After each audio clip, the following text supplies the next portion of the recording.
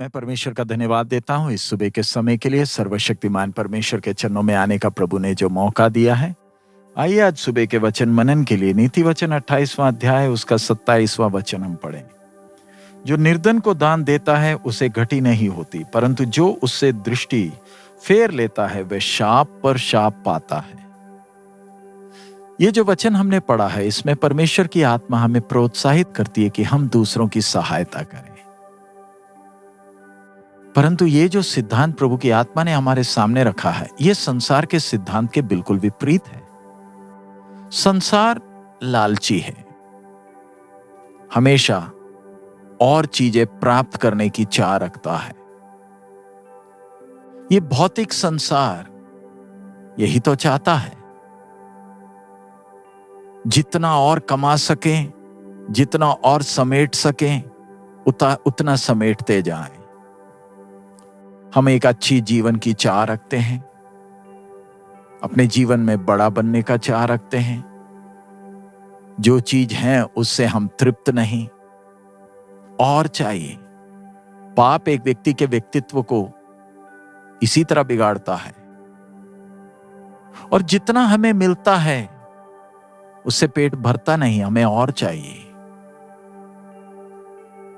हमारी नजर भौतिक चीजों पर ही है, संसारिक चीजों पर ही है। हम कभी भी संतुष्ट नहीं, हम कभी तृप्त नहीं। यह संसार का स्वभाव है।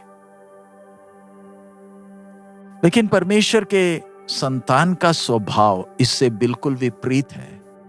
उसको जो सिद्धांत चलाती है वो संसार के सिद्धांत के बिल्कुल उलट है। एक परमेश्वर का जन खुश कब होता है? जब वो दूसरों की मदद करता है। एक संसार का व्यक्ति खुश कब होता है? जब वो दूसरे को धोखा देकर खुद कमा ले। इधर वचन में पढ़ा है, जो उससे दृष्टि फेर लेता है वह शाप पर शाप पाता है। यानी जो निर्धन को देखकर अपनी नजर हटा लेता है वो श्रापित है। आज सुबह हम अपने जीवन को जरा जांच कर देखें। जब एक निर्धन या गरीब को मैं देखता हूं तो मेरे मन में किस प्रकार की सोच आती है? परमेश्वर ने हम सबको अलग अलग परिस्थितियों में रखा है, और परमेश्वर हम पर नजर रखे हुए है कि हम ऐसे व्यक्तियों को जब मिलते हैं, हमारा उनके साथ का व्यवहार किस प्रकार का है। ध्यान रखें, परमेश्वर के अनुग्रह और करुणा के कारण हम निर्धन नहीं हैं। हमारे पास इतनी चीजें हैं जो कईयों के पास नहीं है। हमारे पास कितनी सुविधाएं हैं जिसकी कीमत को हम कई बार समझते नहीं। जब मैं दूसरों को, जो निर्धन है, जो मेरे से कमजोर है, उनको जब मैं देखता हूं तो मेरे मन में क्या विचार चलता है? क्या मैं कोई बहाने ढूंढता हूं कि उनसे बच जाऊं? क्या मैं यही सोचता हूं कि मैं इनमें क्यों उलझूं? कोई दूसरा इनकी मदद करेगा? क्या मेरे अंदर यही सोच है, मेरे पास अपने लिए पूरा नहीं है तो मैं दूसरों को कैसे दूं?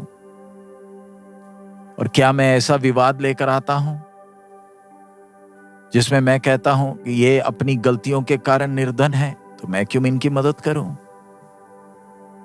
क्या परमेश्वर हमारी सोच को देख नहीं रहा?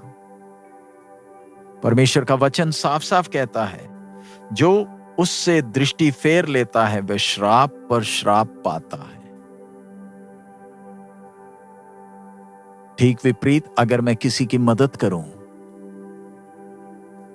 मैं कभी भी कुछ खोऊंगा नहीं। संसार की आर्थिक व्यवस्था पर परमेश्वर का नियंत्रण है। परमेश्वर ही मनुष्य और देशों को धनी बनाता है और कंगाल भी बनाता है। परमेश्वर की गणित हमारे गणित से बिल्कुल भिन्न है। हम कई बार सोचते हैं कि हमारे पास जो धन है, जो भी चीज है, उसको हम ध्यान से इस्तेमाल करेंगे तो हम धनवान हो जाएंगे। ध्यान रखें, परमेश्वर आपके झोले में सुराख कर सकता है। आज के आत्मिक जीवन में दुनिया को जब हम देखें, आजकल के प्रचार और प्रचारक विश्वासियों को लालची बनाते हैं, भौतिक बनाते हैं, इच्छाओं के गुलाम बनाते हैं। उनसे यही उनको आकर्षण दिया जाता है, प्रभु के पास आओगे तो आशीष ही आशीष मिलेगी, आपके खाते में पैसे आने लगेंगे, आपकी इच्छाएं पूरी हो जाएंगी, आप बस प्रार्थना कर कर चंदा दे दें, स्वर्ग अपने दूतों को भेजेगा। ऐसे प्रचार और ऐसी शिक्षाएं सुनकर इंसान आत्मिक नहीं वरन और लालची और भौतिक संसारिक बनता है। बहुत ऐसे चीजों में फंसे हैं। सवाल उठता है, ये निर्धन कौन है? ध्यान रखें, कईयों को परमेश्वर ने उस निर्धन अवस्था में रखा है, लेकिन कई हैं जो सुस्त हैं, मूर्ख हैं, जो कोई काम नहीं करते। हमने ऐसे लोगों की कभी सहायता नहीं करनी चाहिए। लेकिन जिन्हें परमेश्वर ने निर्धन रखा है, उन्हें हम मदद कैसे करें? उनको जीवन की आवश्यकता का पूर्ति हमने करना है। जैसे खाना हो गया, कपड़े हो गए, रहने का स्थान। क्या हमें याद है सुसमाचार में हम एक अच्छे सामरी के बारे में पढ़ते हैं? वो भी तो हटकर कोई ना कोई बहाने मारकर हट सकता था, लेकिन कैसे उसका जीवन उस यात्री के लिए तसल्ली का कारण हुआ। ध्यान रखें, अगर हम किसी निर्धन की मदद करें, परमेश्वर विश्वास योग्य है। वो आपको सिर्फ नहीं, आपकी पीढ़ियों को भी आशीषित करेगा। वचन में लिखा है, जो निर्धन को दान देता है उसे घटी नहीं होती। परमेश्वर जब हमें इतना कुछ दिया, ध्यान रखें, ये सब का सब हमारे लिए नहीं। परमेश्वर ऐसे भंडारियों को ढूंढता है जो विश्वास योग्य है।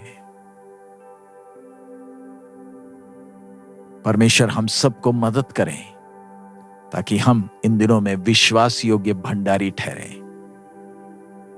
हमारे द्वारा दूसरे लोग तसल्ली पाए, हम अपनी चिंता ना करें। वरन कितने और हैं जिनके पास कुछ भी नहीं। क्या मेरा जीवन उनके लिए तसल्ली बन सकता है, हौसला बन सकता है, प्रोत्साहन का कारण बन सकता है? प्रभु उसके लिए हमें मदद करें। आइए हम प्रार्थना करें। हमारे अनुग्रहकारी दयालु पिता, हम आपका धन्यवाद देते हैं।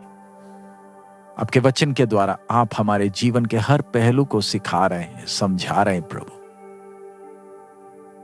इन दिनों में हम और समझदार और जिम्मेवार होकर प्रभु हमारे जीवन के द्वारा बहुतों के लिए तसल्ली का कारण बनने के लिए हमें मदद करें।